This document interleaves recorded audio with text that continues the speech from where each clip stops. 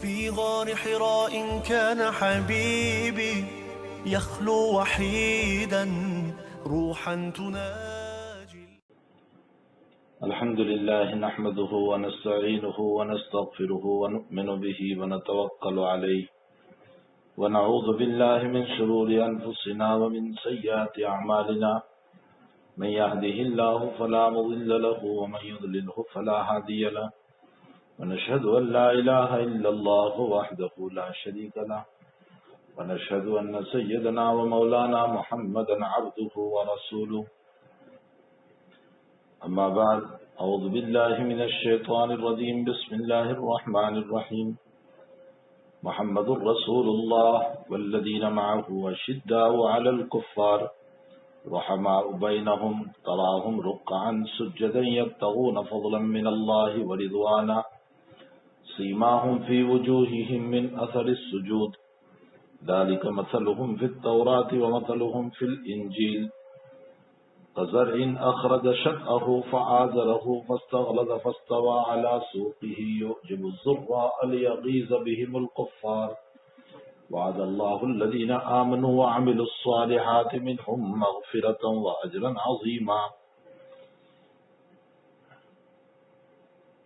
وعن أبي هريرة رضي الله تعالى عنه قال قال رسول الله صلى الله عليه وسلم لقد كان فيما قبلكم من الأمم محدثون فإن يك أحد في أمتي فإنه عمر أو كما قال عليه الصلاة والسلام متفق علیہ. بزرگان محترم، معزز دوستو، بھائیو، عزیزو اور ہماری پردہ نشین خواتین، مائیں، بہنیں اور بیٹیاں،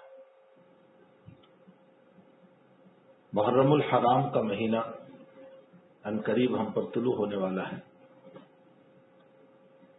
عمومی طور پر لوگوں کی ذہنیت جب بھی محرم شروع ہوتا ہے تو اس بات کی طرف منتقل ہوتا ہے کہ اس مہینے کی 10ویں تاریخ کو نبی رسول، نواسے رسول صلی اللہ علیہ وسلم، جن کو حضور پاک صلی اللہ علیہ وسلم نے اپنا پھول فرمایا تھا، حسن و حسین کو ریحان عطیہ فرمایا تھا کہ میرے دونوں پھول ہیں، اور ایک روایت میں فرمایا تھا کہ من عاداہما فقد عادانی، جس نے ان کو ضرر پہنچایا اس نے مجھ کو تکلیف پہنچائی، اور جس نے ان کے ساتھ خیرخواہی کا معاملہ کیا اس نے میرے ساتھ خیرخواہی کا معاملہ کیا. انتہائی محبوب نبی علیہ الصلوۃ والسلام کی یہ نواسے اور یہ دلارے بازار سے صبح صبح حضور پاک صلی اللہ علیہ وسلم تشریف لا رہے، اور راستے میں بیٹی کا مکان آ رہا ہے تو حضرت نے سوچا کہ لاؤ بیٹی کے وہاں ہو لوں، ذرا نواسوں کو دیکھ لوں. آپ چونکہ الصباح جلدی پہنچے تھے بازار سے واپسی پر، آپ نے جا کر کے فرمایا آئی نہ لقا. لقا کا ترجمہ ہوتا ہے شرارتی. بچے چھوٹے ہوتے ہیں، ان میں شرارت ہوتی ہے. بہت سے لوگ یہ سوچتے ہیں کہ معصوم بچے بچپن ہی سے ولی اور پیر بن جائیں، اور بچپن ہی سے ان کے اندر کسی طرح کی کھیل کود کی بات نہ ہو. یہ غلط ہے. ان کی زندگی کھیل کود کی ہے، ان کی زندگی شرارتوں کی ہے، ان کی زندگی اپنے ماں باپ سے شرارت کرنے کی ہے، محبت کرنے کی. اگر اس زندگی میں ہم یہ سمجھیں کہ اس کو پیر اور ولی بنا دے تو اس کی فطرت اور طبیعت کو دبانا ہے، جو حقیقت میں اس کو شرارتی کے بجائے ہم زیادہ اس کو بگاڑنے والے بنیں گے. اس لیے ہمیں خوب سوچنا چاہیے کہ اس کی جو فطرت ہے. حضرت انس رضی اللہ تعالیٰ عنہ بات سے بات ذہن میں آ رہی ہے. حضرت انس رضی اللہ تعالیٰ عنہ خادم رسول صلی اللہ علیہ وسلم ہے، چھوٹی سی عمر ہے، 10 سال کی عمر میں نبی علیہ السلام کی خدمت میں ان کی والدہ ام سلیم رضی اللہ تعالیٰ عنہ نے پیش فرمایا. خود فرماتے ہیں کہ حضور پاک صلی اللہ علیہ وسلم مجھے کوئی کام دیتے تھے، کبھی ایسا ہوتا تھا کہ میں بچہ ہونے کی وجہ سے راستے میں بچوں کے ساتھ کھیلنے لگ جاتا تھا اور کبھی کام نہیں کیا، بھول گیا، تو حضرت نے کبھی یہ نہیں کہا کہ یہ کام تم نے کیوں نہیں کیا. آپ نے رعایت فرمائی ان کی طفولیت کی، ان کے بچپنے کی. ایک عمر ہوتی ہے کھیلنے کی، ان کا بچپنا ہے، اور بچپن کی عمر کھیلنے کی ہوا کرتی ہے. وہ اگر بچپن میں دبا دیے جائیں تو ان کی فطرت اور طبیعت کو دبانا ہوگا، اور فطرت اور طبیعت کو دبانا صحیح نہیں ہوگا. وہ ظاہر سی تربیت اور چیز ہے. تربیت کا معنی ہوتا ہے کہ بچہ جب گھر میں آئے تو اس کے سامنے اپنے بڑوں کا تذکرہ، اپنے بزرگوں کا تذکرہ، اپنے نبی کے کچھ احوال و اقوال جو موتے موتے ہیں، صحابہ کی باتیں، خود اپنے ماں باپ کے اور اپنے ماں باپ کے ماں باپ کی غربت اور ان کی زندگی کو، تاکہ اولاد کے دل میں اپنے ماں باپ کی محبتیں پیدا ہو، اپنے دادا دادی کی محبت پیدا ہو، اپنے رشتہ داروں کی محبت پیدا ہو. یہ تربیت کا انداز اور ہے، لیکن کھیلنے کے وقت میں اس کو آزاد چھوڑا جائے. ہاں یہ ضرور ہے کہ اس پر نظر رکھی جائے اس بات کے اوپر کہ وہ ایسا کھیل نہ کھیلے جو شریعت کے خلاف ہو، یا اس کے لیے ضرر پہنچانے والا ہو، یا اس کی طبیعت کے لیے مہلک ہو، یا اس کی شریعت کے لیے مہلک ہو، یا اس کی تربیت کے لیے مہلک ہو. جیسے آج کل بچپن ہی سے معصوم سے بچے کو موبائل پکڑوا دیا، اب وہ اس موبائل پر گیم کھیل رہا ہے. نتیجہ یہ ہو رہا ہے کہ وہ وقت کو بھی ضائع کر رہا ہے، آنکھوں کو بھی ضائع کر رہا ہے، باڈی کو بھی ضائع کر رہا ہے، اور اس کے ساتھ ساتھ سب سے بڑی چیز اس کی ورزش نام کی کوئی چیز نہیں ہے، بلکہ یہ نقصان دہ چیز ہے. ایک تو وہ کھیل ہیں کہ جو میدان میں نکل کر کے وہ کرکٹ کھیل رہا ہے، والی بال کھیل رہا ہے، یہ وہ چیزیں ہیں جو ورزش ہے. اس کی ورزش کا کھیل ضرور کھیلے، لیکن بھلا گیم کھیلنے سے کون سی ورزش ہوگی؟ آنکھیں ضائع ہوگی، بینائی چلی جائے گی. بعض بچوں کو ہم نے دیکھا کہ جن کو 2 سال 2.5 سال 3 سال کی عمر میں موبائل دے دیا گیا، نتیجہ یہ ہوا کہ ان کی بینائی چلی گئی، وہ نابینا ہو گئے. تو ایسے کھیل پر نظر رکھی جائے. معصوم سا بچہ ہے 6-7 سال کا اور وہ پب جی گیم کھیل رہا ہے، نتیجہ یہ ہے کہ بچپن ہی سے اس کے اندر لڑائی کا مزاج پیدا ہو، اور وہ لڑائی کا مزاج اس کو بہت دور تک سخت مزاج بنائے گا. یہ غلط ہے.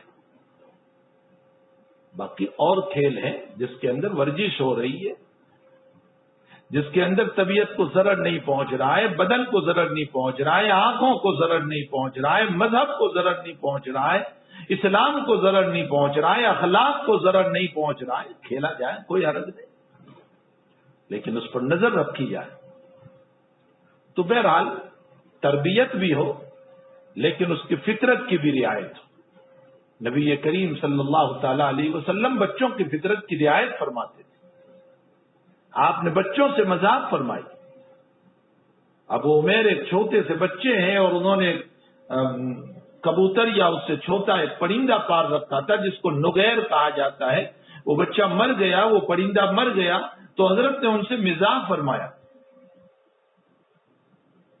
اور خوب یاد رکھے، مذاق کرنا جائز ہے، مذاق اڑانا جائز نہیں. مذاق کرنا تو نبی کریم صلی اللہ علیہ وسلم سے بھی ثابت ہے، جو دل لگی کی کوئی بات ہو. اور حضرت سے یہ ثابت ہے کہ ذرا سی دل لگی ہو، ذرا سے ہنسنا ہو. بعض بزرگوں کے احوال میں لکھا ہے کہ بعض وقت میں وہ ان لوگوں کو بلایا کرتے ہیں اپنے مریدوں میں سے یا اپنے ملنے والوں میں سے یا اپنے متعلقین میں سے جو ان کے ساتھ بے تکلف ہوا کرتے ہیں، اور ذرا سے اس طرح کے واقعات جس سے ان کی طبیعت میں انشراح پیدا ہو، نشاط پیدا ہو. حاجی صاحب رحمت اللہ علیہ کے پاس اکابر بیٹھے ہوئے تھے اور بہت دیر تک گفتگو ہوتی رہی اور کچھ اس طرح کی باتیں بھی اس کے اندر آئی جو از قبیل تمسخر نہیں تھی. حضرت عبدالثانوی رحمت اللہ علیہ نے اخیر میں فرمایا کہ حضرت معاف فرمائے ہم نے آپ کے وقت کو ضائع کیا. بھائی صاحب نے فرمایا اپنے دوستوں سے اس بنیاد پر بیٹھنا اور گفتگو کرنا کہ انشراح طبیعت ہو تاکہ عبادت میں دل لگے. یہ بھی عبادت ہے, اس کو بھی عبادت قرار دیا گیا. تو بھلا دوستو احباب کے ساتھ مذاق کرنا یہ ہاں مذاق اڑانا, مذاق اڑانے کا مطلب کسی کا تمسخر, استہزاء, ذلتی, اس کے ساتھ اس طرح گفتگو کرنا جس کی وجہ سے اس کی توہین ہو, یہ جائز نہیں ہے شریعت. نبی کریم صلی اللہ علیہ وسلم نے اس سے منع فرمایا. بخاری شریف میں روایت ہے, ایک چھوٹے سے صحابی فرماتے ہیں کہ 5 سال کی عمر میں میری خالہ مجھ کو حضور پاک صلی اللہ علیہ وسلم کے پاس دعا کے لیے لے گئی. وہاں بالٹی میں پانی پڑا ہوا تھا, حضرت نے منہ میں پانی لیا اور ان پر کلی کی. یہ دل لگی کی بات تھی جو بچے کے ساتھ کی. حسن و حسین کھیلتے تھے اور حضور پاک صلی اللہ علیہ وسلم دیکھتے تھے. کئی صحابہ کے چھوٹے بچوں کے واقعات ہیں اس طرح. لیکن ہاں میں نے بتایا کہ ان کی طبیعت, فطرت کو دبایا نہ جائے, البتہ تربیت کو مد نظر رکھا جائے. یہ 2 باتیں جو لوگ بالکل لیا منع کرتے ہیں یہ بھی غلط ہے. یہ ان کی فطرت کے خلاف ہے, ان کی عمر ہے کھیلنے کی. ہمارے اکابر میں, بعض اکابر کے باب میں آتا ہے کہ انہوں نے اپنے مرید سے کہا کہ بھائی تم اتنے میری خدمت کرتے ہو, کبھی تم اپنے بچوں کو ہمارے پاس لاتے ہی نہیں, لے آئے ان کو. مرزا مظہر جان جانا رحمت اللہ علیہ کا یہ واقعہ ہے کہ اپنے مرید باصفا اور اپنے خادم سے کہا کہ تم کبھی اپنے بچوں کو لاتے ہی نہیں ہو. اور مرید کے ذہن میں, خادم کے ذہن میں یہ تھا کہ بچے شرارتی ہوتے ہیں اور حضرت کی طبیعت بہت نازک ہے.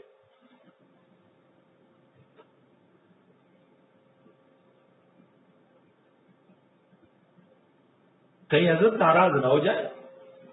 لیکن جب بار بار شیخ کا اصرار رہا تو خادم نے اپنے بچوں کی بڑی تربیت کی کہ حضرت کے سامنے 2 زانو بیٹھیں اور کچھ بھی حضرت کہیں, نہ ہنسیں نہ بولیں نہ کچھ. لے کر کے آئے. اب حضرت جو ہیں ان کو چھیڑ رہے ہیں, ان کا کان کھینچ رہے ہیں, ان کی چوٹی دے رہے ہیں. وہ بچے ہیں کہ ہلنے کا نام ہی نہیں لے رہے. تو حضرت مرزا مظہر جان جانا رحمت اللہ علیہ فرماتے ہیں اپنے خادم سے کہ بھئی تیرے یہ بچے ہیں یا فرشتے ہیں؟ ظاہر سی بات ہے کہ بچوں میں تو ایک صفت ہوتی ہے کھیلنے کی, ہنسنے کی. حضرت مولانا یعقوب صاحب نانوتوی رحمت اللہ علیہ کے پاس ایک بچے کو لایا جاتا تھا, ان کا پیٹ بھرا تھا. حضرت اس کے پیٹ میں مارتے تھے اور کہتے تھے کہ اس میں چوہا بھرا ہوا ہے, مذاق کرتے تھے. تو بچوں کی جو عمر ہوتی ہے, جناب نبی کریم صلی اللہ علیہ وسلم بازار سے تشریف لا رہے, بیٹی کے وہاں صبح صبح پہنچے. فرمایا ہی نہ لوکا, وہ شرارتی کہاں ہے, یعنی اپنے نواسوں سے متعلق. ہمارے حضرت شاہ صاحب رحمت اللہ علیہ نے بخاری شریف کی اس روایت پر جب پہنچے ہیں بہت پیارا ترجمہ فرمایا اور بہت فصیح اردو کا ترجمہ فرمایا. حضرت نے فرمایا ارے وہ پاجی کہاں ہے؟ پاجی اس شرارتی کو کہتے ہیں کہ جس کی شرارت وہ نہیں ہے کہ جس شرارت کی بنیاد پر نفرت ہو جائے. وہ شرارتیں ہیں جس سے بچوں سے پیار ہوتا ہے, اس کو پاجی کہا جاتا ہے. حضرت نے فرمایا ارے وہ پاجی کہاں ہے میرے؟ تو حضرت فاطمہ رضی اللہ تعالیٰ عنہ نے اپنے بچوں کو اٹھایا اور غسل, ان کو نہلایا اور ان کو اچھے کپڑے پہنائے اور ان کے گلے میں موتی کا ہار پہنایا. روایت میں ہے کہ موتی کا ہار پہنایا, یہ عربوں کے وہاں رواج تھا. حضرت کی خدمت میں پیش ہوئے دونوں کے دونوں, اور حضرت نے دونوں کو اپنے آغوش میں لیا اور دونوں کو سونگنے لگے جیسے پھول کو سونگتے ہیں, اور فرمایا ہمارا یہاں نسا ہے, یہ میرے دونوں پھول ہیں.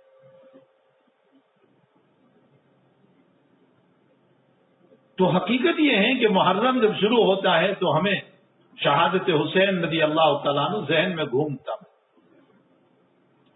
لیکن یاد رکھیں 10ویں محرم کی فضیلت شہادت حسین کی بنیاد پر نہیں ہے. یہ اور بات ہے کہ حضرت حسین رضی اللہ تعالیٰ عنہ کا واقعہ 10ویں محرم کو پیش آ گیا. باقی فضیلت شہادت حسین کی بنیاد پر نہیں ہے، اس کی فضیلت تو بہت پہلے سے چلی آئی. بنی اسرائیل کو جو موسیٰ علیہ الصلوۃ والسلام کی قوم ہے، فرعون سے نجات اللہ نے 10ویں محرم کو دی تھی، اور فرعون کو غرق کیا تھا 10ویں محرم کو. اور یہی بنیاد ہے کہ اللہ کے حبیب پاک صلی اللہ علیہ وسلم جب مدینہ المنورہ تشریف لائے اور مدینے میں یہودیوں کو دیکھا کہ وہ روزہ رکھتے ہیں 10ویں محرم کا، تو فرمایا کہ یہ کیوں تم رکھتے ہو؟ فرمایا کہ ہم اتباع موسیٰ کر رہے ہیں کہ اللہ تعالیٰ نے ہماری قوم کو نجات دی تھی فرعون سے، اس کے شکرانے میں. تو حضرت نے فرمایا نحن احق بموسیٰ، ہم زیادہ حقدار ہیں موسیٰ کی، ہم روزہ رکھیں. معلوم ہوتا ہے کہ 10ویں محرم کی فضیلت تو بہت پہلے سے. ہاں یہ اور بات ہے کہ 10ویں محرم کو شہادت حسین رضی اللہ تعالیٰ عنہ کا مسئلہ بھی پیش آ گیا. لیکن جہاں محرم شروع ہوتی ہے کہ حضرت حسین رضی اللہ تعالیٰ عنہ کی شہادت کو یقیناً بیان کیا جائے، آپ کے فضائل کو، آپ کے مناقب کو. لیکن اس طرح من گھڑت روایتوں کو پھر پیش کرنا جس کا نہ سر ہوتا ہے نہ پاؤں ہوتا ہے، اور سوائے رلانے کے اور سوائے ماتم کے اور سوائے سینہ کوٹنے کے اور کوئی بات نہیں ہوتی. لگتا یہ ہے کہ اب ہمارے بیان بھی شیعوں سے اوپر ہو گئے. ہم نے اتنی من گھڑت روایتیں بیان کرنا شروع کر دیا صرف اس لیے کہ مجمع خوش ہو جائے. کون ہوگا جس کو نبی رسول صلی اللہ علیہ وسلم سے محبت نہ ہو، نواز رسول صلی اللہ علیہ وسلم سے محبت نہ ہو؟ لیکن اس انداز سے ان کا بیان کہ جس کی بنیاد پر ایک ماتم سا چھا جاتا ہے. حالانکہ بے شمار صحابہ کرام اور بھی تو شہید ہوئے. سید الشہداء حضرت حمزہ رضی اللہ تعالیٰ، آپ کی شہادت جو احد میں ہوئی ہے، دنیا جانتی ہے کہ آپ کی شہادت کا کیسا مسئلہ تھا. حضور پاک صلی اللہ علیہ وسلم جتنے مغموم تھے اپنے چچا کی شہادت کے اوپر، اتنے مغموم کبھی نہیں دیکھے. اور آپ کے غم میں دلاسا دینے کے لیے جبریل امین آئے اور فرمایا کہ اپنے چچا کی شہادت پہ غم نہ کرو. اللہ نے آپ کے چچا کو تمام شہداء کا امیر بنایا، سید الشہداء کا لقب دیا. آخر حضرت حمزہ رضی اللہ تعالیٰ عنہ بھی تو شہید ہیں، ان کے مناقب اور فضائل کہاں چلے گئے؟ یہی محرم الحرام کی پہلی تاریخ ہے. 26 ذی الحجہ کو خلیفہ ثانی امیر المؤمنین، تقوی و طہارت کا امام، جس کی زندگی انتہائی پاکیزہ مقدس ترین زندگی، حضرت عمر بن الخطاب ابن نفیل ابن عبد العزہ رضی اللہ تعالیٰ عنہ بھی ہے. 25 ذی الحجہ کو حج سے واپسی کے بعد فیروز نامی ایک مجوسی، ایک آتش پرست، جس کی کنیت ابو لولو تھی، جو مغیرہ ابن شعبہ رضی اللہ تعالیٰ عنہ کا غلام تھا، وہ حضرت عمر کے پاس آتا ہے اور حضرت عمر رضی اللہ تعالیٰ عنہ سے کہتا ہے کہ میرے آقا نے، مغیرہ ابن شعبہ نے مجھ پر جو ٹیکس طے کیا ہے وہ بہت زیادہ ہے، آپ کم کرائیں. فرمایا کتنا ہے؟ فرمایا 2 درہم. فرمایا تو کام کیا کرتا؟ چونکہ وہ عبد معزون تھا. عبد معزون کا مطلب یہ ہوتا ہے کہ وہ غلام جس کو آقا اجازت دے دے کہ جہاں تجھے کام کرنا ہو کر. میں اس کی مثال دوں، اگرچہ ہو بہو تو نہیں ہو سکتا. بہت سے لوگ عرب ممالک میں جاتے ہیں تو ایک تو اپنے کفیل کے تابع ہو کر کے کام کرنا پڑتا ہے، اور ایک وہ ہیں جن کو کفیل آزاد چھوڑ دیتا ہے کہ تجھے جس کے وہاں کام کرنا ہو کام کر، اور جو کرنا ہو کر، تجھے سالانہ مجھے اتنے پیسے دینے پڑیں گے۔ آج بھی یہ ہو رہا ہے، عربوں کے وہاں آج بھی یہ ہو رہا ہے، اگرچہ ہو بہو وہ عبد تو نہیں ہے۔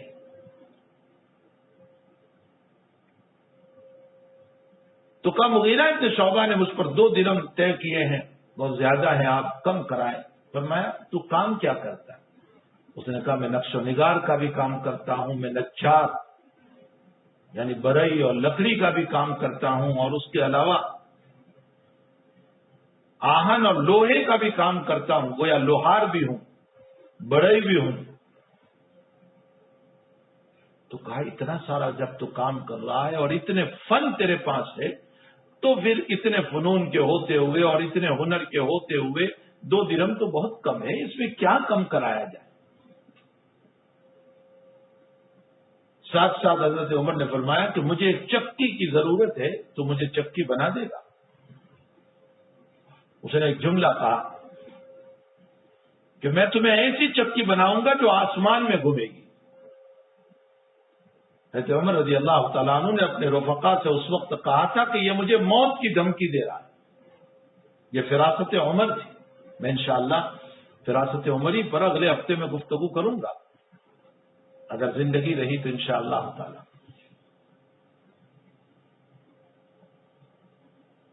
یہ 25 ذی الحجہ کا واقعہ ہے، اور 26 ذی الحجہ کی فجر کی نماز میں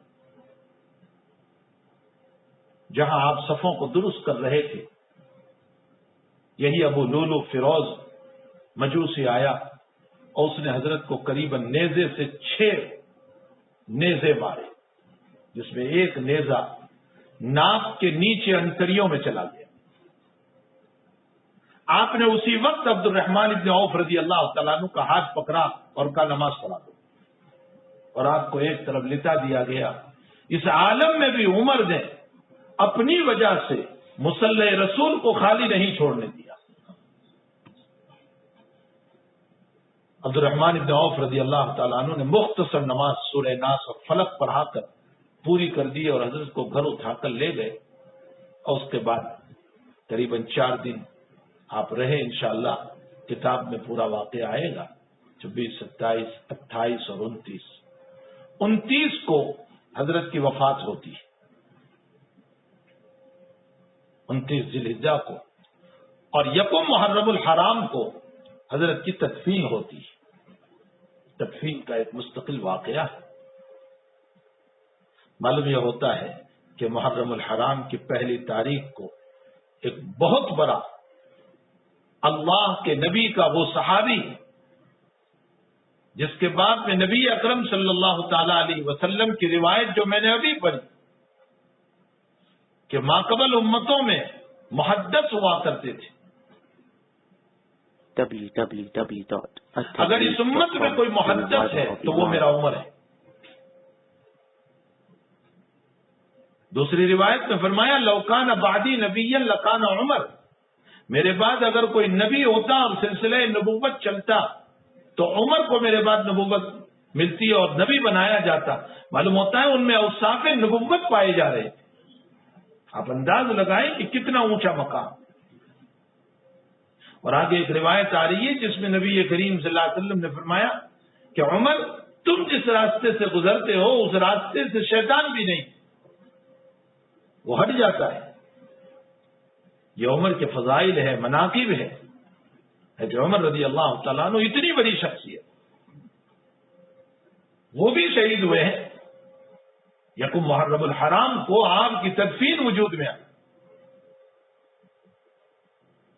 اور صہیب رضی اللہ تعالیٰ عنہ نے آپ کی جنازے کی نماز پڑھائی، اور کبار صحابہ آپ کے پیچھے تھے، اور آپ کی تدفین نبی کریم صلی اللہ علیہ وسلم کے قدموں میں ہوئی اور ابو بکر صدیق کے قدموں میں ہوئی۔ اور بقول عبداللہ ابن عباس پیچھے سے کسی نے کہا کہ مجھے یہ معلوم تھا کہ عمر تو قدم رسول میں سونے والا ہے۔ ابن عباس کہتے ہیں کہ میں نے پیچھے مڑ کر دیکھا تو وہ حضرت علی تھے، اور علی نے فرمایا کہ میں نے 12 نبی کی زبان سے سنا، خرجت انا و ابو بکر و عمر، دخلت انا و ابو بکر و عمر، جئت انا و ابو بکر و عمر، جلست انا و ابو بکر و عمر. فرمایا ہر موقع پر جس عمر کو اور ابو بکر کو یاد کیا گیا، جب ابو بکر قدموں میں سویا ہے تو عمر بھی وہیں سوئے گا. یہ حضرت علی رضی اللہ تعالیٰ عنہ کا استدلال ہے. لیکن حضرت حسین رضی اللہ تعالیٰ عنہ کی شہادت کے اوپر تو خوب من گھڑت کہانیاں بیان کر کے ہم نے شیعوں کو بھی پیچھے چھوڑ دیا، اور ہم اپنے اکابر میں حضرت عمر کی سیرت و سوانح کو بھول گئے کہ حضرت عمر رضی اللہ تعالیٰ عنہ کی شخصیت، وہ بھی تو یکم محرم الحرام ہی کے اندر شہید ہوئے ہیں، اللہ کے پیارے ہوئے ہیں. میں انشاءاللہ آج کی مجلس میں مختصر اور اگلی مجلس میں کچھ مطول اگلی منگل کو انشاءاللہ تعالی حضرت عمر رضی اللہ تعالیٰ عنہ کے سلسلے میں مفصل گفتگو کریں گے، تاکہ سیرت عمری ہم مکمل تو کہاں بیان کر سکتے ہیں، لیکن کچھ خاکہ سامنے آ جائے. حضرت عمر رضی اللہ تعالیٰ عنہ ہجرت سے 40 سال قبل پیدا ہوئے.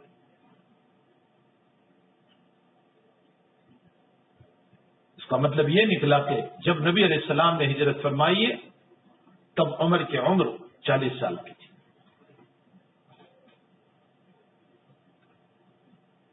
آپ 8ویں پشت میں جا کر نبی کریم صلی اللہ علیہ وسلم سے مل جاتے ہیں.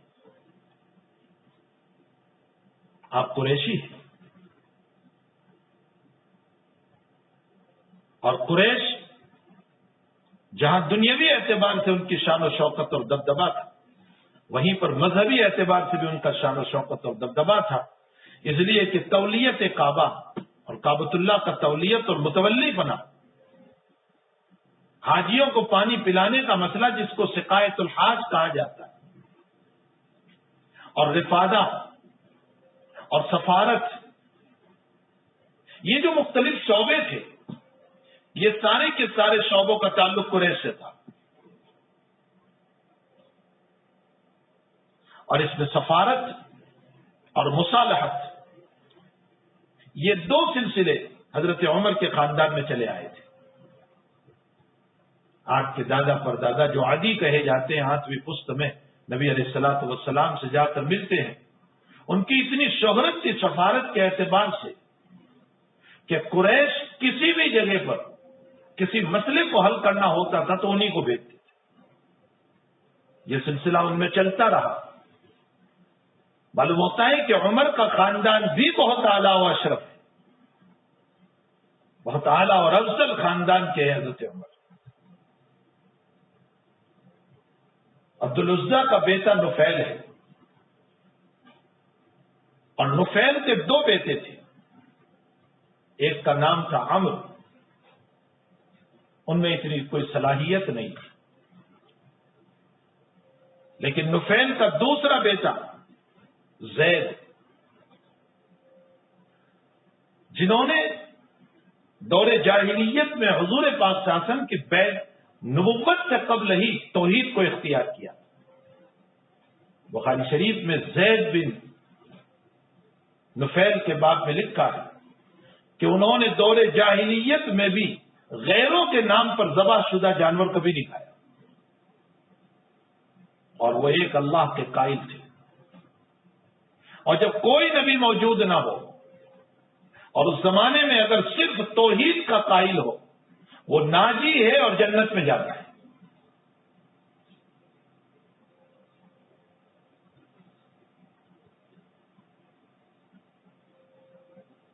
بخاری شریف میں ایک واقعہ ہے کہ حضور پاک صلی اللہ علیہ وسلم کی نبوت سے قبل کا واقعہ ہے.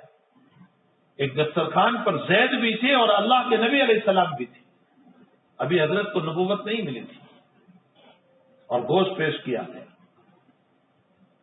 تو زید نے یہ کہہ کر کہا کہ ہم نہیں کھائیں گے اس کو اس لیے کہ تم غیروں کے نام پر ذبح کرتے ہو، جبکہ جائز نہیں۔ یہ خود نبی علیہ الصلوۃ والسلام کے ساتھ دسترخوان کا واقعہ ہے۔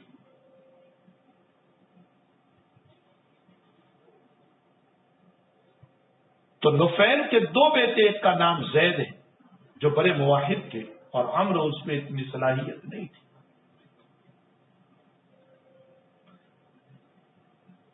پھر عمرو کے گھر پر ایک لڑکا پیدا ہوا جس کو خطاب کہا جاتا ہے، اور زید کے گھر پر ایک لڑکا پیدا ہوا جس کو سعید کہا جاتا ہے۔ یہ سعید وہی ہے جو حضرت عمر کے بہنوئی بنے، سعید بن زید، اور حضرت عمر کی بہن فاطمہ کا نکاح سعید سے ہوا تھا۔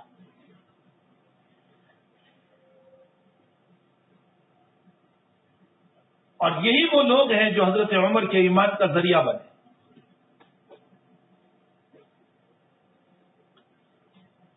حضرت عمر رضی اللہ تعالیٰ عنہ کے والد خطاب طبعی طور پر سخت مزاج تھے۔ عمر سے بچپن میں کام لیا گیا، اگرچہ عمر کے بچپن اور ولادت کے واقعات تاریخ میں موجود نہیں ہیں، لیکن اس سے ایک روایت سے جو ابن عساکر نے نقل کی، اس سے یہ پتہ چلتا ہے کہ عمرو بن العاص رضی اللہ تعالیٰ عنہ اپنے ایمان کے زمانے میں فرماتے ہیں کہ جس دن عمر بن خطاب پیدا ہوا اس دن مکہ میں خوشیاں چھا گئی۔ اس کا مطلب یہ نکلا کہ حضرت عمر رضی اللہ تعالیٰ عنہ کی پیدائش کے موقع پر لوگوں کے درمیان اس خاندان کے عظمت کی بنیاد پر ایک خوشی کا ماحول تھا۔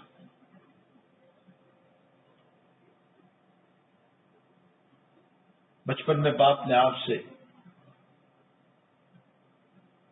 اونٹ چرانے کا کام لیا اور بہت زیادہ کام لیا۔ بچے تھے، تھک جاتے تھے تو بیٹھ جاتے تھے، تو باپ شدید پٹائی کیا کرتا تھا۔ روایتوں میں ہے کہ اپنی دور خلافت میں یہ جگہ کون سی ہے؟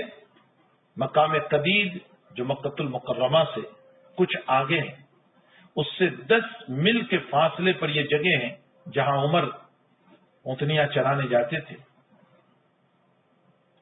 اپنی دور خلافت میں حضرت عمر کا گزر جب وہاں سے ہوا ہے تو آپ وہاں زار و قطار رو پڑے، اور آپ نے وہاں ایک جملہ ارشاد فرمایا، عمر تو وہ تھا کہ جس کو اونٹ چراتے نہیں آتا تھا، اور اسی مقام پر خطاب مجھے مارا کرتا تھا۔ یہ تو نبی کی اتباع نے مجھے اس لائق بنایا کہ مجھے انسانوں کا اور لوگوں کا رہبر بنائے۔ حضرت عمر رضی اللہ تعالیٰ عنہ جب اپنے شباب پر پہنچے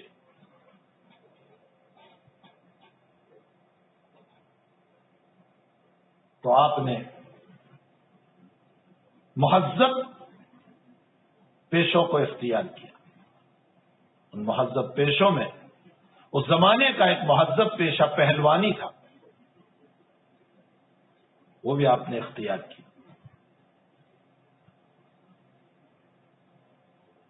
آپ اپنے شباب پر ہیں اور ادھر نبی کریم صلی اللہ علیہ وسلم کو نبوت مل رہی۔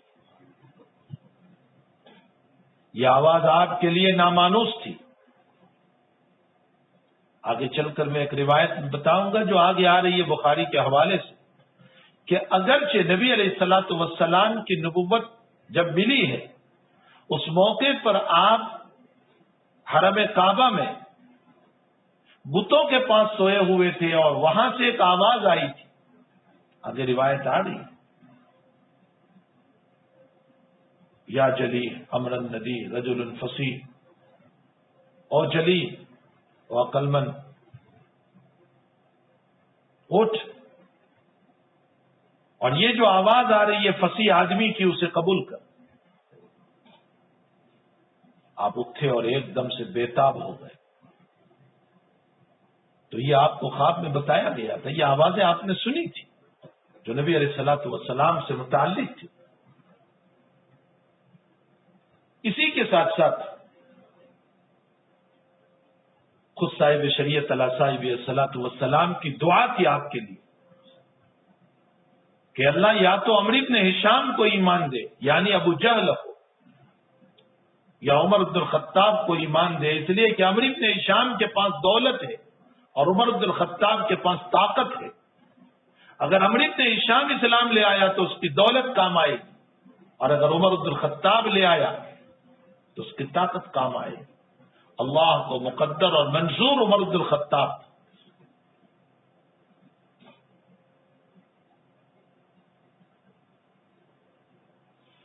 اسی لیے اور صحابہ کرام نبی کے مرید ہیں، حضرت عمر مراد ہیں، مانگے ہوئے ہیں۔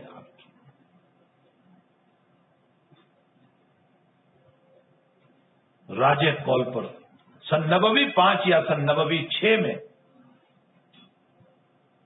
آپ ایمان لائے، اسی لیے اس سال کو عام مسرور کہا گیا۔ عبداللہ بن مسعود رضی اللہ تعالیٰ عنہ فرماتے ہیں کہ آپ کی آمد کے بعد اور آپ کے اسلام کے بعد ہمیں خانہ کعبہ کے صحن میں نماز کا موقع ملا، ورنہ تو چھپ چھپ کر نماز پڑھی جاتی تھی۔ ہمارے لیے بہت بڑی خوشی آ گئی، ایک قوت اور طاقت آ گئی ہمارے لیے۔ اب کہ اسلام کا کچھ اس طرح کا واقعہ ہوا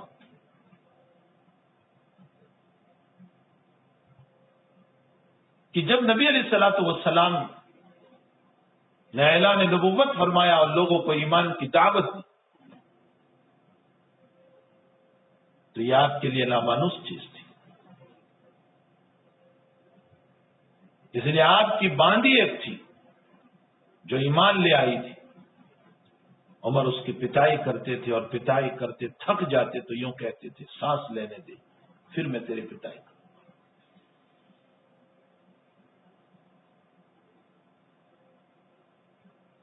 اور کسی کی ہمت نہیں تھی کہ عمر کو یہ کہہ دے کہ میں اسلام لے آیا، میں صابی ہو گیا۔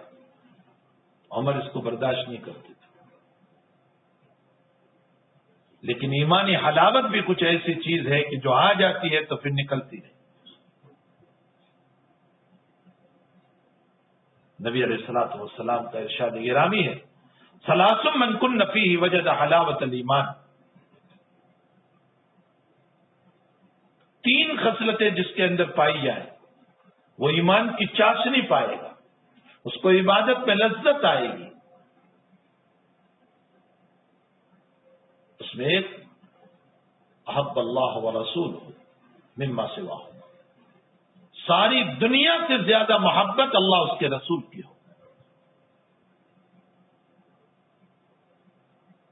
نہ اولاد سے، نہ بیوی سے، نہ بچوں سے، نہ شوہر سے، نہ ماں باپ سے۔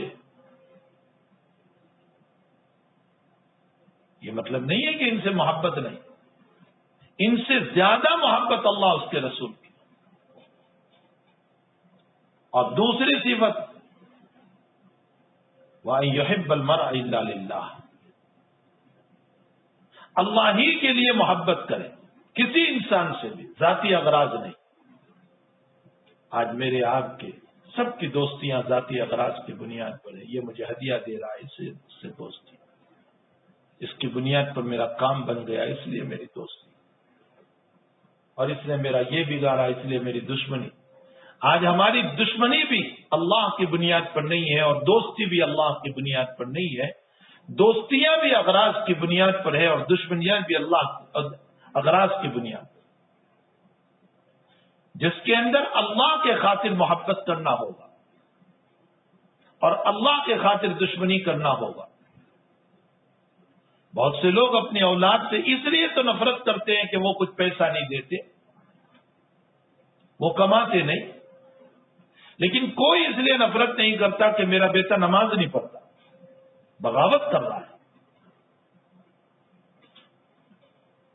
اگر اولاد وکیل بنا ہے، لائر بنا، بیرسٹر بنا، جج بنا، اعلیٰ درجے کی دنیاوی ڈگریاں حاصل کی اور 30-40 ہزار ماہانہ کما رہا ہے، وہ ایک نماز نہیں پڑھتا لیکن باپ خوش ہے، معلوم یہ ہوتا ہے کہ یہ محبت اللہ کے خاطر نہیں ہے، یہ دنیا کے خاطر. میدان بدر میں صدیق اکبر رضی اللہ تعالیٰ عنہ مسلمانوں کی طرف ہے اور ان کے بیٹے ابھی ایمان نہیں لائے تھے، اہل مکہ کی طرف ہے. اور جب ان کے بیٹے ایمان لائے تو حضرت صدیق سے کہنے لگے ابا جی بدر میں آپ بالکل میرے سامنے تھے، میں چاہتا تو تیر مار کر آپ کو ختم کر دیتا، لیکن محبت پیدری سامنے آ گئی، آپ باپ تھے اس لیے میں نے نہیں مارا. صدیق نے فرمایا میں نے تجھے نہیں دیکھا تھا، اگر میں دیکھ لیتا تو محبت ولدیت کی بنیاد پر میں تجھے کبھی نہ چھوڑتا. میرے نزدیک تو نبی کی محبت تھی، بیٹا کوئی چیز نہیں. بہت کا واقعہ بہت مشہور ہے کہ ایک عورت راستے پر کھڑی ہو گئی، اسے کہنے والا کہہ رہا ہے کہ تیرا شوہر شہید ہو گیا، وہ کہہ رہی ہے لا حرج، نبی کا حال کیا ہے؟ باپ شہید ہوا، کہا کوئی عرض نہیں، نبی کا حال کیا ہے؟ فلاں شہید ہوا، بھائی شہید ہوا، کوئی عرض نہیں، نبی کا حال کیا ہے؟ اور اللہ کے نبی کو جب دیکھا تو سکون ہوا. مکی زندگی میں صدیق اکبر رضی اللہ تعالیٰ عنہ کو اہل مکہ نے اتنا مارا لہو لوہان ہو گئے، بے ہوش ہو گئے. اور جب ہوش آ رہا ہے، گھر پہ آئے ہیں، لوگ اٹھا کر لے آئے، ہوش آیا، صدیق اکبر رضی اللہ تعالیٰ عنہ اپنی ماں کے پاس ہے اور آنکھ کھلتے ہی پوچھ رہے ہیں میرے نبی کا حال کیا ہے؟ تو میں ٹھیک ہے، وہ کہا مجھے لے چلو، میں جب تک ان کا چہرہ نہیں دیکھوں گا میں کھانا نہیں کھاؤں گا. ماں کہہ رہی ہے اسی کی وجہ سے تو مارا گیا اور پھر اسی کے پاس جانا چاہتا ہے. فرمایا میری ذات کوئی حیثیت نہیں رکھتی محمد رسول اللہ صلی اللہ علیہ وسلم. اللہ کے خاطر محبت ہو اور اللہ کے خاطر دشمنی ہو. آج میری آپ کی سب کی دشمنیاں اور سب کی دوستی یہ اپنے دنیاوی اغراض کے خاطر. بس میری آپ سے غرض وابستہ اس لیے میں دوستی کرتا ہوں. اسی لیے جو غرض کی بنیاد پر دوستی ہوتی ہے، جب تک میری غرض ہے میں دوستی کرتا ہوں، اور جب غرض پوری ہو گئی پھر دوستی ختم ہو جاتی. اور تیسری صفت بیان فرمائی کہ وہ انسان کفر میں جانے کو ایسا ناپسند کرے، ان یعود فی الکفر، کفر میں جانے کو ایسا ناپسند کرے جیسے آگ میں گرنے کو، آگ میں جانے کو ناپسند کرے. جس میں یہ تین صفتیں پائی جائیں وہ سمجھ لیں کہ اللہ اس کو عبادتوں کی لذت عطا فرمائے، عبادتوں کا مزہ عطا فرمائے. اور ہمارے حضرت گنگوئی رحمۃ اللہ علیہ تو اس حدیث شریف پر فرماتے ہیں کہ اگرچہ اس کا ظاہری معنی تو یہی ہے کہ استلذاذ بالطاعت، عبادت میں لذت آتی ہے، مزہ آتا ہے، لیکن فرمایا یہی عبادت اپنی لذت کی انتہا پر پہنچتی ہے تو پھر اس صورت میں حال یہ ہو جاتا ہے کہ حقیقت میں لذت آنے لگتی. جبھی تو شاہ فضل حق گنج مراد آبادی رحمۃ اللہ علیہ نے حضرت تھانوی سے فرمایا اشرف علی جب میں قرآن پڑھتا ہوں تو ایسا لگتا ہے کہ میری زبان پر کسی نے گنے کا رس ڈال دیا، اتنی شیرینی، اتنی چاشنی اور اتنا مٹھاس آ رہا. تو بہرحال حضرت عمر رضی اللہ تعالیٰ عنہ انتہائی درجہ کوشش کر رہے تھے کہ اسلام نہ چلے، نہ پھرے، نہ پھیلے. اس لیے ہاتھ میں تلوار لے کر جہاں چاہے گھومتے تھے اور کسی کی ہمت نہیں تھی کہ آپ کے سامنے کہہ دے. لیکن اسلام کی لذت صحابہ میں ایسی آ چکی تھی کہ ان کے ظلم و تشدد کے باوجود کوئی اسلام چھوڑنے کے لیے تیار نہیں تھا. جب عمر نے دیکھا کہ میری اتنی سختی، تشدد اور ماردھار کے باوجود کوئی اسلام نہیں چھوڑ رہا ہے تو اب سب سے بڑی بات یہ ہے کہ اسلام لانے والے ہی کو ختم کرو. اس لیے غصے میں آ کر تلوار لے کر نبی کریم صلی اللہ علیہ وسلم کی خدمت کے لیے چلے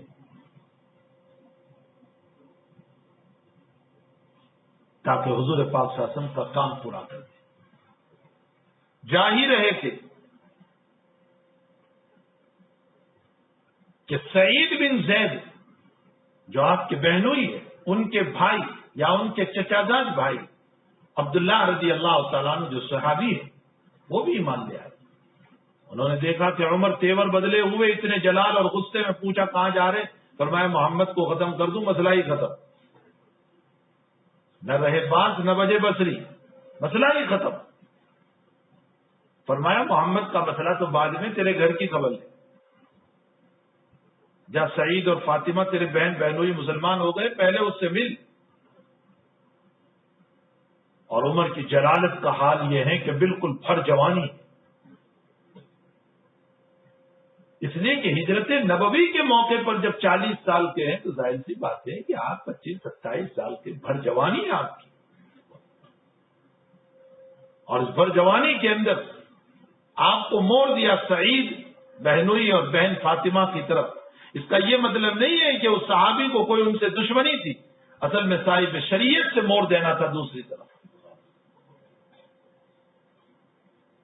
اور وہ جب وہاں پہنچے ہیں تو گھر میں قرآن پڑھا جا رہا تھا، اور پہنچے مارنا شروع کیا، اور شدید مارا اور زخمی کر دیا، بہن کو بھی بہنوئی کو بھی. جو چچادار بھائی بھی ہے سعید، لہو لہان کر دیا. لیکن اس کے ساتھ ساتھ بہن کا رونا بھی دیکھا نہیں جا رہا تھا، اور ان کا بہتا ہوا خون بھی دیکھا نہیں جا رہا تھا. انسان کیسا ہی ظالم کیوں نہ ہو، لیکن دل میں تو بہرحال اللہ ہے کہ بھائی ایسا کفر ہو کہ جس پر اللہ کا مہر لگ چکا ہے. ختم اللہ علی قلوبہم ہے، ان کو رحم نہیں آتا. جیسے فی زمانے نا، ہمارے زمانے میں. ورنہ عمر کی شخصیت وہ ہے جو ختم اللہ علی قلوبہم نہیں ہے، مہر نہیں لگا ہے کفر کا، وہ تو ان قریب ایمان کے لیے جا رہا ہے. اس لیے اس کا دل پتھر نہیں تھا. اس کی آنکھوں سے آنسو بہ گئے اپنی بہن کو روتا ہوا دیکھ کر، زخمی دیکھ کر. اور کہا اچھی بات ہے، لاؤ جو پڑھ رہے تھے وہ مجھے بھی بتاؤ کیا ہے وہ چیز محمد کے اوپر. تو ایک روایت کے مطابق آپ کے سامنے جو آیات تھی وہ سورہ حدید کی آیات تھی. سبح للہ ما فی السماوات والارض وهو العزیز الحکیم. انتہائی جلالی آیات. اور ایک دوسری روایت کے مطابق سورہ طٰہٰ کی آیات تھی، اننی انا اللہ لا الہ الا انا فاعبدنی واقم الصلاۃ لذکری. جیسے ان آیات پر آپ کی نظر پڑی، اننی انا اللہ، میں اور آپ عجمی ہیں، اس کلام کے وزن کا ہمیں پتہ نہیں ہے. ورنہ اننی انا اللہ، میں ہی اللہ ہوں. فاعبدنی، میری عبادت کرو. واقم الصلاۃ لذکری، اور میری یادوں کے لیے نماز قائم کرو. سبح للہ ما، تسبیح اسی ذات کی ہوگی جو آسمانوں کا بھی مالک، جو زمینوں کا بھی مالک. ایک جلال ہے ان آیات. بس یہ آیات سننا تھا، پڑھنا تھا کہ دل پر ایک اثر ہوا. اور اسی وقت اپنے بہن بہنوئی کو کہہ رہے ہیں اشہد ان لا الہ الا اللہ وان محمد رسول. اور اب ہوا کہ مجھے محمد الرسول اللہ کے پاس لے چلو. اس موقع پر حضرت نبی اکرم صلی اللہ علیہ وسلم دار ارقم میں تشریف فرماتے، جو صفا پہاڑی کے دامن میں تھا. جو صفا پہاڑی ہم جو سعی کرتے ہیں وہی دار ارقم تھا. ارقم نامی ایک مکان تھا، حضرت وہاں تشریف فرماتے، اور وہاں چھپ کر عبادت ہوتی تھی، وعظ و نصیحت ہوتی. وہاں پہنچے عمر، حضرت حمزہ رضی اللہ تعالیٰ عنہ نے دور سے دیکھا کہ تلوار ہاتھ میں اور عمر آ رہے ہیں. صحابہ میں آپس میں بات چلی کہ کیا معلوم یہ کس غرض سے آ رہا ہے، مارنے کے لیے، قتل کے لیے، کس غرض سے آ رہا ہے. حضرت حمزہ نے فرمایا اگر سیدھی نیت ہے تو ٹھیک ہے، ورنہ اسی کی تلوار سے میں اس کو جواب دوں گا. حضرت نے بھی دور سے دیکھا عمر کو. جیسے ہی مجلس میں آئے حضرت عمر کچھ بولتے اس سے پہلے خود نبی اکرم صلی اللہ علیہ وسلم اپنے مقام سے کھڑے ہوئے اور شان رسالت کے ساتھ اور جلالت رسالت کے ساتھ کھڑے ہو کر عمر کا دامن پکڑ کر کے ہلایا اور فرمایا عمر کس نیت سے آیا. اور عمر کی گردن جھکی ہوئی اور کہہ رہے اشہد ان لا الہ الا اللہ واشہد ان محمدا عبدہ ورسولہ. یہ حضرت عمر رضی اللہ تعالیٰ عنہ کے اسلام کا واقعہ ہے، ایمان کا واقعہ ہے. اور پھر اس اسلام اور ایمان کے بعد اسلام نے اور ایمان نے عمر کو کیا بنایا، کس مقام پر پہنچایا. میں انشاءاللہ تعالی اگلی مجلس میں اس کو ذکر کروں گا. اللہ جل شانہ ہمیں بھی اپنے ایمان کو، اسلام کو مضبوط کرنے کی توفیق عطا فرمائے اور اپنے اکابر کے نقش قدم پر چلنے کی توفیق عطا فرمائے. صلی اللہ علیہ نبی کریم برحمتہ. بہت سارے احباب دنیا سے رخصت ہوتے جا رہے ہیں، اور بار بار میں پہلے بھی کہہ چکا ہوں کہ علماء کی ایک بڑی تعداد دنیا سے رخصت ہوتی جا رہی ہے، بلکہ رخصت ہو گئے.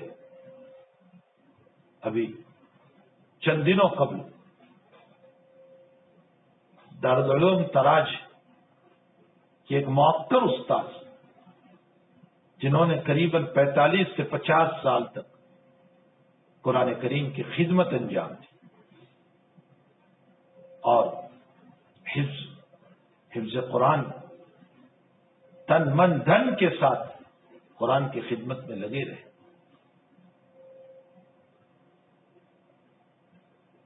یہ کیسی خدمت ہے کہ حضرت عبد الرحمن سلمی رضی اللہ تعالیٰ عنہ، جو بہت بڑے درجے کے تابعی ہیں، بخاری شریف میں ہے کہ کسی نے ان سے سوال کیا کہ حضرت آپ اتنے بڑے محدث ہیں، اس کے باوجود یہ قرآن ہی کی خدمت میں اور پڑھنے پڑھانے میں لگے ہوئے ہیں، آخر وجہ کیا ہے؟ تو آپ نے فرمایا کہ خیرکم من تعلم القرآن وعلمہ. اس حدیث نے مجھ کو یہاں بٹھائے رکھا ہے، اور وہ 40 سال تک قرآن کریم کی خدمت کرتے رہے. ابو عبد الرحمن السلمی رضی اللہ عنہ، بہت بڑے درجے کے تابعی، بہت بڑے درجے کے تابعی. تو حضرت حافظ سعید صاحب، احمد سعید، جو آکروت کے رہنے والے تھے اور ایک لمبی مدت تک قرآن کریم کی خدمت کر کے ابھی کچھ وقت سے علیل چل رہے تھے، اللہ کے پیارے ہو گئے. ابھی 3-4 دن نہیں گزرے تھے کہ ان کی اہلیہ محترمہ بھی ان کے پیچھے چل بسے. ابھی یہ صدمہ پورا نہیں ہوا تھا کہ آج ہی صبح اطلاع ملی کہ یہاں موسالی کے قریب مانگرول میں مولانا عبد الغفور صاحب، جو برسوں سے امام تھے اور ایک شریف الطبع، بااخلاق، خاموش طبیعت، وہ اللہ کے پیارے آئے دن یہ کے بعد دکھے علماء اٹھتے جا رہے ہیں، اور بے شمار ہمارے مسلمان بھائی اور بہنیں اور مائیں